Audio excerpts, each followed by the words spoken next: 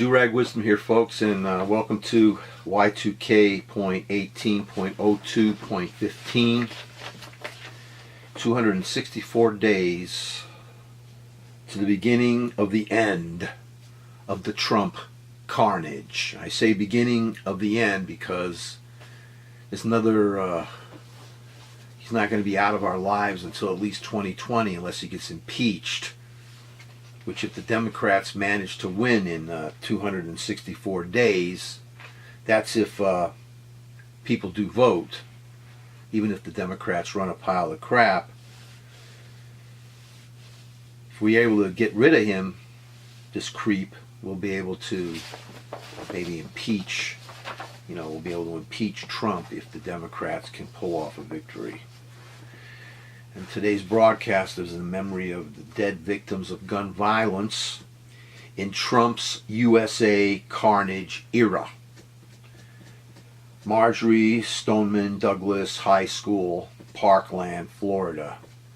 There's a friend of mine. I have a friend of mine that lives in Parkland. He likes Trump.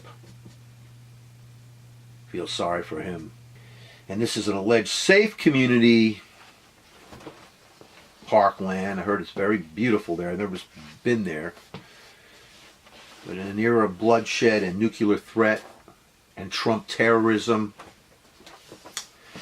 no place is safe. Trump made an inauguration speech about an American carnage that did not exist until he became president.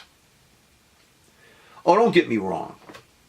There was always violence. There was always murder, mass shootings in our gun-loving country. Lynchings, rapes, everything else. But now under the Trump carnage program, it enters a new level of pain.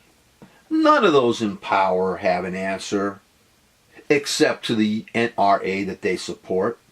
Scum Rubio, I heard him talking about this, that piece of trash. Scum Trump, Scum Rick Scott of Florida, the governor there, mouth the words, but lend them absolute meaninglessness.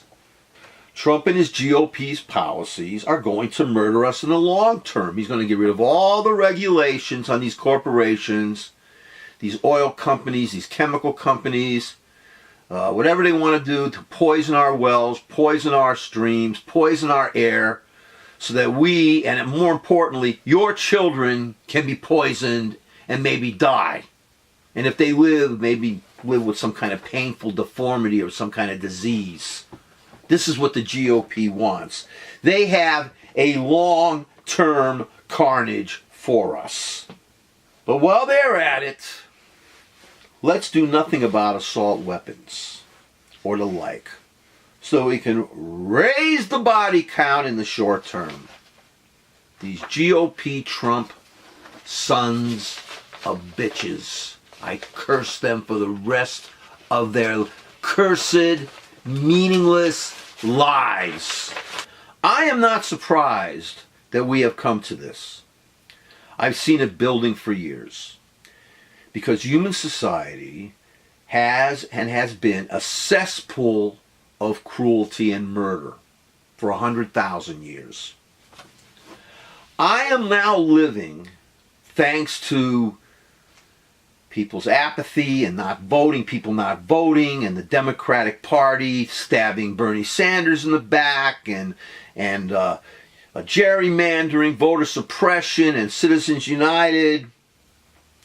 Thanks to that, I am now living the dystopian, speculative fiction movie or novel, like Soylent Green, which is based on Harry Harrison's Make Room, Make Room, Blade Runner, which is based on Philip Dick's Do Androids Dream Electric Sheep, and A Clockwork Orange, a novel by Anthony Burgess. Our government is being run by disgusting, low-life, reality show creeps who think that all of us are stupid and may even give us the ultimate in violence in a nuclear war. Trump ran a campaign of hatred, a campaign of violence. So again, none of us should be surprised when we have carnage. The birther creep also ran as a sexual assaulter and got elected. Should we be surprised then when others imitate the president moron role model in sexual assault and violence? The GOP's goal and Trump's goal is to turn our federal government against us and leave us swinging in a hail of high-caliber bullets. I support the Second Amendment and believe that only one half of it is being observed. I've said this before. When I purchase my legal background checked firearms, 2 shotguns that I'm going to name after my wife's mother and my mother, Bea and Gladys, once I own these weapons, I am going to write a letter to the governor of my state in New York, hopefully he'll still be a Democrat, and offer my services as a well-regulated state militia volunteer. And the Constitution requires, it says, that states are going to need these militias, so we're not going to stop people from owning firearms. But the thing about it is, once I own a firearm, I understand that I have a responsibility.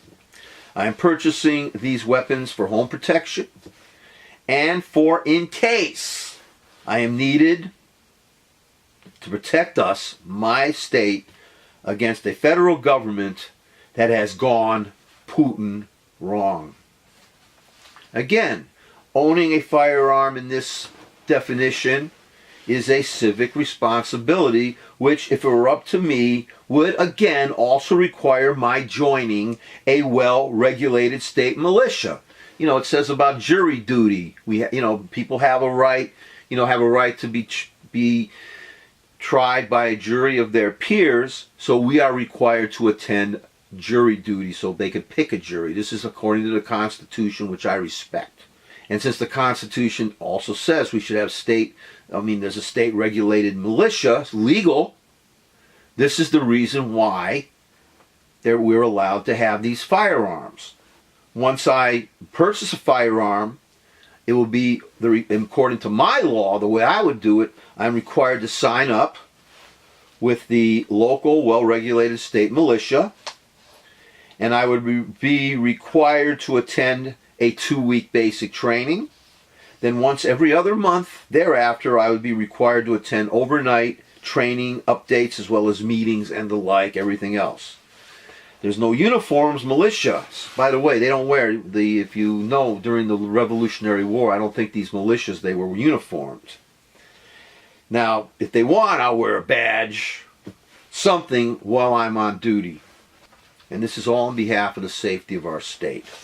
And this is as far as I'm concerned, the way the Second Amendment should be interpreted. I mean, if you want to own a weapon, it shouldn't be a free ride. It means you are volunteering to help your state in case it needs you if Trump decides to invade us, because I honestly believe that he intends to cancel our elections or undermine them somehow.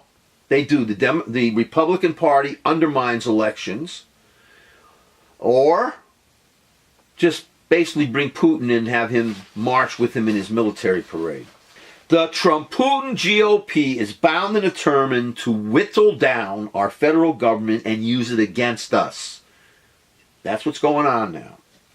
The carnage Trump spoke about is really about destroying our country and turning it over to Putin, where once again there is absolutely no Second Amendment right.